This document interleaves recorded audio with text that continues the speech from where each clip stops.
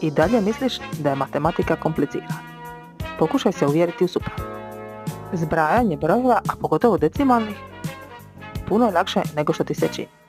Pogledajmo zajedno. Zbrajanje decimalnih brojeva. Imamo decimalni broj plus decimalni razred. Najprije ćemo decimalni broj 3.3 prepisati. A sada decimalni razomak potrebno je pretvoriti u decimalni broj. U nazivniku imamo 2 nule, znači točku s kraja mi ćemo za 2 mjesta u listu. Pa je to 0.0.